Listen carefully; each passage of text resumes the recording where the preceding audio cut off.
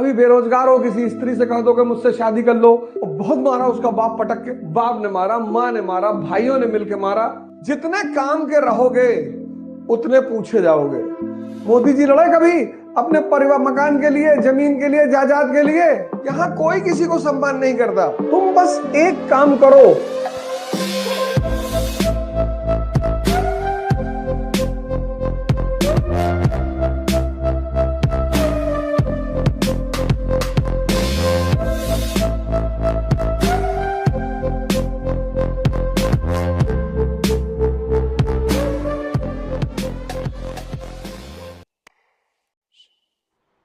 जय हिंद फ्रेंड्स। उठ जाग मुसाफिर भोर भई, अब रैम कहां तुम सोवत है। जो सोवत है सो खोवत है, और जो जागत है सो पावत है। जागना ही है, बस जागना ही है। जीवन का एक इतना महत्वपूर्ण शब्द है जागना। जीवन का एक महत्वपूर्ण शब्द है जागना। भागना नहीं है, जागना है। ये सब नियम है। यहां कोई किसी के लिए बिना मतलब को कुछ भी नहीं करता। देखो, अभी तुम्हारी समाज में यूटिलिटी नहीं है। अभी तुम मात्र एक छात्र हो, प्रतिस्पर्धी हो, कॉम्पिटिटर हो। होली आ रही है, कोई एक मिठाई खिलाने वाला तुमको नहीं है, और जाओ इस वक्त अफसरों के घरों पे। आईएएस, पीसीएस, मंत्री, गुझिया पे गुझिया, मिठाई पे मिठाई आ रही चारों तरफ से, कोई खाने वाला भी नहीं है। जिनके घर में कोई खाने वाला नहीं है, कोई बच्चे लंदन में पढ़ रहे हैं, साहब डाइट कॉन्शियस है, मैडम डाइटिंग कर रही है, कौन खाएगा मिठाई? कपिल शर्मा के शो में कपिल शर्मा ने जॉन अब्राहम से पूछा कि एक मीठा खाने के लिए अगर आपको कोई 10,000 रुपए दे, उसने कहा नहीं खाऊंगा। बोले 10 लाख, बोले नहीं खाऊंगा। बोले 1 करोड़। ये नियम है, ये संसार का नियम है। तुम बस एक काम करो, तुम्हारी जिंदगी इतनी महान हो जाएगी कि तुम अंदाजा नहीं लगा पाओगे। तुम जागो, तुम कहोगे मैं तो जागा हूं। अरे ये दो आंख खुलना जागना नहीं है। तुम जागो और देखो।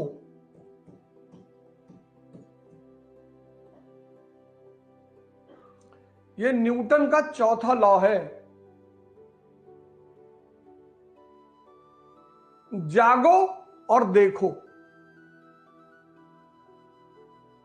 और बस यही का, ये छोटा सा सूत्र है, बहुत छोटा सा। और जैसे ही ये करोगे, वैसे ही तुम्हारी समझ का विकास होना शुरू हो जाएगा। बड़ा प्यारा और बड़ा सिंपल सा फॉर्मूला, सिर्फ जागो और देखो। अभी बेरोजगार हो तुम, तुम्हारे पापा क्लर्क हैं, कोई बहुत बड़े घर से भी नहीं हो, और किसी घर चले गए किसी लड़की का रिश्ता मांगने, और बहुत मारा उसका बाप पटक के, बहुत मारा, बाप ने मारा, माँ ने मारा, भाइयों ने मिलकर मारा, तुम बच के निकल आए, यही बहुत बड़ी बात। और कल तुम आईएएस हो गए, और कल तुम आईएएस हो गए, और फिर गए रिश्ता मांगने, और पूरा परिवार तुम्हारे सामने हाथ जोड़ के खड़ा है कि अरे भैया बता दिए होते, हम खुद ही लेके आ जाते। और तुमने कहा कि आपकी तो 2 बेटी है। हाँ, उन्होंने कहा 2 है, तुम दोनों से कर लो, दोनों से करोगे, दोनों से करो। राजा महाराजा तो 2-3 करते ही है भैया। देखो देखो, जागो और देखो, तुम्हारी समझ बढ़ती चली जाएगी। सिंपल, कोई किताब उताब पढ़ने की जरूरत नहीं, समझ ही तो बढ़ानी है। और जैसे तुम समझने लगोगे, समझ का एक जादू है, समझ का एक जादू है। जैसे ही तुम समझने लगोगे, पता है क्या घटेगा? बड़ी जबरदस्ती तुम्हारे जीवन में घटेगी। तुम्हारा डिस्ट्रैक्शन कम होने लगेगा।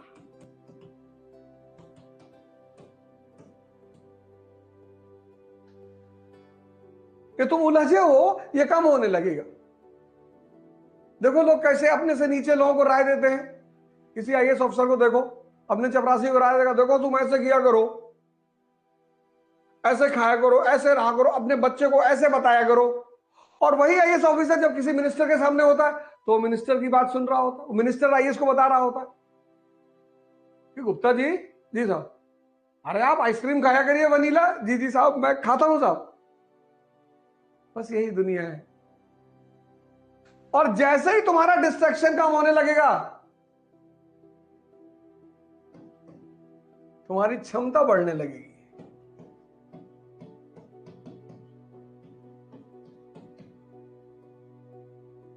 और जैसे ही तुम्हारी क्षमता बढ़ने लगेगी, तुम्हारी उपलब्धि बढ़ने लगेगी। एक स्टूडेंट है आईएएस, तो जब उसका आईएएस का इंटरव्यू आया, समय आया, तो उसकी बुआ ने अपने पैतृक मकान में क्लेम कर दिया।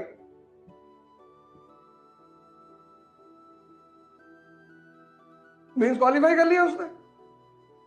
जब मेंस क्वालिफाई कर लिया तो उसकी बुआ ने जो पैतृक मकान था जिसमें वो लोग रहते थे, पिताजी लोग, उसका परिवार रहता था, उसमें क्लेम कर दिया कि इसमें आधा हिस्सा हमारा है। सोचो, लड़का इंटरव्यू देने जा रहा है, सगी बुआ पैतृक संपत्ति में क्लेम कर रही है कि इसमें आधा हिस्सा हमारा है। कभी नहीं कहा। अमेरिका में रहती है। उसने हमको बताया कि सर घर में तो बवाल हो गया। हमने कहा तू एक काम कर, छोड़ दे मकान तुरंत। पापा से कहते मकान ही छोड़ दे, किराया ले ले बेटा, छोड़ दे।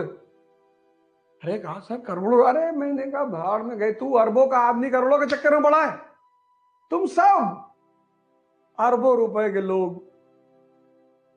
मोदी जी लड़े कभी अपने परिवार, मकान के लिए, जमीन के लिए, जायदाद के लिए? छोड़ दिए। लेकिन दूसरी तरफ लड़ते रहे। तुम में से बहुत लोगों को चिंता होगी कि हमारे खेत में पेड़ लगा था और इस पटीदार हमारे काट लिए होंगे। तुमको तो पूरा जंगल काटना है ना। इसलिए तो कहते हैं राम और कृष्ण की फोटो लगाओ सामने। तुरंत नहीं लड़ना है, पहले शक्ति का विस्तार करना है। भाई जो भगवान कृष्ण खुद निकल के आ सकते हैं जेल से, वो मां बाप को भी तो निकाल सकते हैं। नहीं निकाला, शक्ति का विस्तार किया बाहर निकलकर, फिर युद्ध किया। तुम आज ही करना चाहते हो, हवा चल जाए हिल रहे हो, आंधी आ जाए गिर पड़ो। किसी की शादी में गए, किसी ने पानी नहीं पूछा, टेंशन में हो तुम। बड़की मामी की बिटिया की शादी में गए थे और एक लड्डू कोई पूछा नहीं, हमें लड्डू रखे थे, खा लेते उठा के। उल्टी सीधी बातों में जिंदगी को उलझा के रखे, उल्टी सीधी बात। कि बड़ी बुआ आई थी, जाते 1 रुपया भी मेरे हाथ पे जाते जाते नहीं रखी। सिर्फ वाहियात पने की बातें।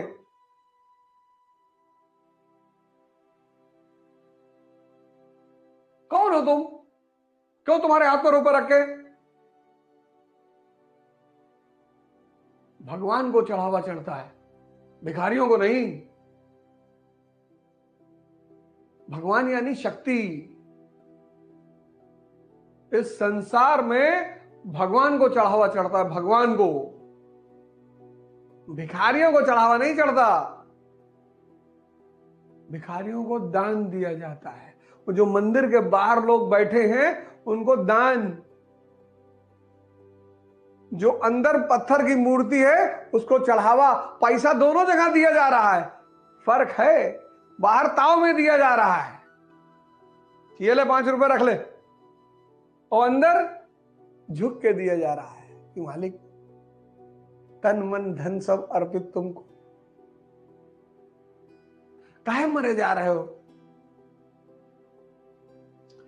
क्यों मरे जा रहे हो? अगर जीवन में उपलब्धि बढ़ानी है तो ये काम करो। कभी किसी रिक्शे वाले के पास खड़े हो जाओ, देखो उसे, यार इसको किसी ने कभी अपना रिश्तेदार नहीं कहा, यार इसको किसी ने होली में मिठाई नहीं भिजवाई, यार मुस्कुराओगे तुम।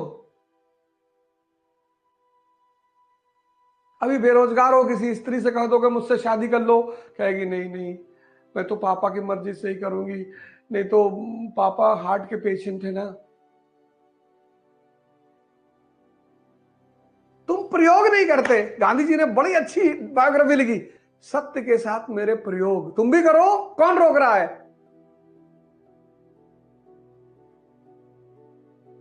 और तुम तो गांधी जी को गाली दोगे। हाँ, गांधी जी, गांधी जी भैया बहुत गंदे आदमी थे। अच्छा, तुम्हारा आम चुराए थे? नहीं नहीं भैया। जागो भारत जागो। जागोगे, सब दिखाई पड़ने लगेगा। जब सब दिखाई पड़ने लगेगा, समझ आने लगेगा। जब समझ आने लगेगा, मजा आने लगेगा। जब मजा आने लगेगा, डिस्ट्रैक्शन खत्म। अब तुम किसी शादी में जाओ, कोई तुम्हें नहीं पूछेगा, तुम कोने में खड़े रहोगे, एक मिठाई खाए, खाना खाए, चुपचाप नमस्ते किए चले गए, घर पे आके बैठ के पढ़ोगे। लेकिन अगर डिस्ट्रैक्ट हो गए तो रात भर ऐसे कॉपी में गोदागादी करोगे। जीवन में समझना ही तो है। सारा जीवन दो चार शब्दों पे टिका हुआ है। एक शब्द है समझना,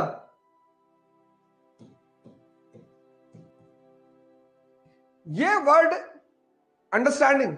इस वर्ड को जिसने अपनी जीवन का मूल मंत्र बना लिया कि रिक्शे वाले का कोई रिश्तेदार नहीं और मेंबर ऑफ पार्लियामेंट के सारे रिश्तेदार हैं, डीएम के सारे रिश्तेदार हैं, बस हो गया खेल। अगर वो इस स्थिति में है तो दुखी नहीं होगा, होगा ही नहीं। आज 95% लोग दुखी हैं। मुझे कोई प्रेम नहीं कर रहा है, मुझे कोई पूछ नहीं रहा है, मुझे कोई सम्मान नहीं कर रहा है। यहां कोई किसी को सम्मान नहीं करता। यहां सिर्फ और सिर्फ और सिर्फ शक्ति की पूजा होती है, बस। ये बड़ा प्यारा वर्ड है, समझना। इसी को विकास करने की क्रिया का नाम है ध्यान। ध्यान कुछ है थोड़ी, इसी को विकास करने की क्रिया का नाम है ध्यान। दूसरा वर्ड है इंटरेस्ट। तुम उनको फोन करना चाहते हो जो तुमसे ज्यादा ताकतवर है, तुम उनका कॉल नहीं उठाते जो तुमसे कम ताकतवर है। तुम अपनी ही जिंदगी में देख लो, अपने ही जीवन से देख लो, अपने ही जीवन से। तुम्हारे ड्राइवर का, तुम्हारे नौकर का, तुम्हारे जूनियर का होली का मैसेज आ रहा है, सर हैप्पी होली। हो सकता है तुम जवाब न दो, और तुम जिसको मैसेज कर रहे हो, मेंबर ऑफ पार्लियामेंट को, मेंबर ऑफ लेजिस्लेटिव असेंबली को, डीएम को, कलेक्टर को, एसपी को, हो सकता है वो तुम्हें जवाब न दे। इंटरेस्ट। जितने काम के रहोगे उतने पूछे जाओगे, सिंपल। तीसरा समय। समय, समय का दुरुपयोग नहीं करना चाहिए, करना ही नहीं चाहिए। जो समय का दुरुपयोग करेगा वो मारा जाएगा। समय का मतलब सिर्फ पढ़ना थोड़ी होता है कि बैठ के पढ़ रहे हैं। ये तो हिंदुस्तान में है समय का मतलब पढ़ना। समय का मतलब सिर्फ पढ़ना थोड़ी होता है। समय का मतलब आप एक्सरसाइज कर लो, आप योगा कर लो, आप नॉवेल पढ़ लो। वो वर्दी वाला गुंडा नहीं, वेद प्रकाश शर्मा की ट्रेन टू पाकिस्तान पढ़ लो, खुशवंत सिंह। आप गीता पढ़ लो, आप कुरान पढ़ लो। और चौथा शब्द है ध्यान। कि ये जो मेरा मन है पावर बैंक, जो मुझे हर चीज में सहायता करता है, ये कहां लग रहा है। अब आप आईएएस बनना चाहते हैं, अभी किसी मित्र ने पूछा कि आईएएस बनना जरूरी है, आप आईपीएस बन जाइए, आईएएस बनना कोई जरूरी नहीं है। जीवन की में जरूरी है सार्थकता। आईएएस, आईपीएस, एमपी, एमएलए, जीवन में जरूरी है सार्थकता। ये 4 शब्द अगर आपने अपनी डायरी में लिख लिए और चारों को अपने जीवन का केंद्र बिंदु बना लिया,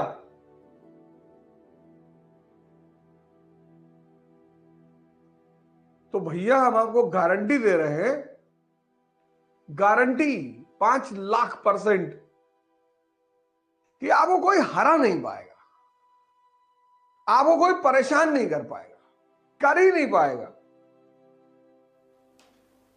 तुम्हें कुछ करना ही नहीं जीवन में, तुमको सिर्फ समाज को देखना है। ये आंख खोलनी है और सबको देखना है। जो तुम्हारे गरीब रिश्तेदार हैं उनको तुम नहीं पूछते, जो तुमसे अमीर रिश्तेदार है वो तुमको नहीं पूछते। सिंपल, यही तो चल रहा है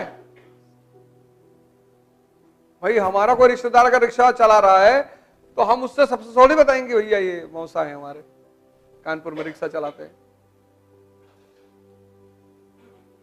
तो जो हमारा रिश्तेदार मिनिस्टर है वो हमें क्यों बताएगा? तब हम कहते हैं कि घमंडी है, पहले भीख मांगते तो मंत्री हैं, अब देखो हम नहीं जानते क्या? सब जानते हैं इनके बारे में। अबे तो तुम भी तो घमंडी हो। तुम कौन सा अपने नीचे वाले को एंटरटेन करते हो? और सब यही करते हैं। कौन नहीं करता है? जो नहीं करता है वो भगवान है। अभी तो सुदामा वाला प्रसंग इतना सुनाया जाता है क्योंकि ये भगवत्ता के लक्षण हैं। देख सुदामा की दीन दशा, करुणापति के करुणा कर रोए। कपड़ा फटा है और सुदामा को देख के अपनी बीवी के सामने और जाके पकड़ ली। आदमी डिस्टेंस कौन है? हटाओ उसको, बाहर भागो। तुम जिससे अपना संबंध जोड़ते हो वो तुम्हारा स्टेटस बताता है।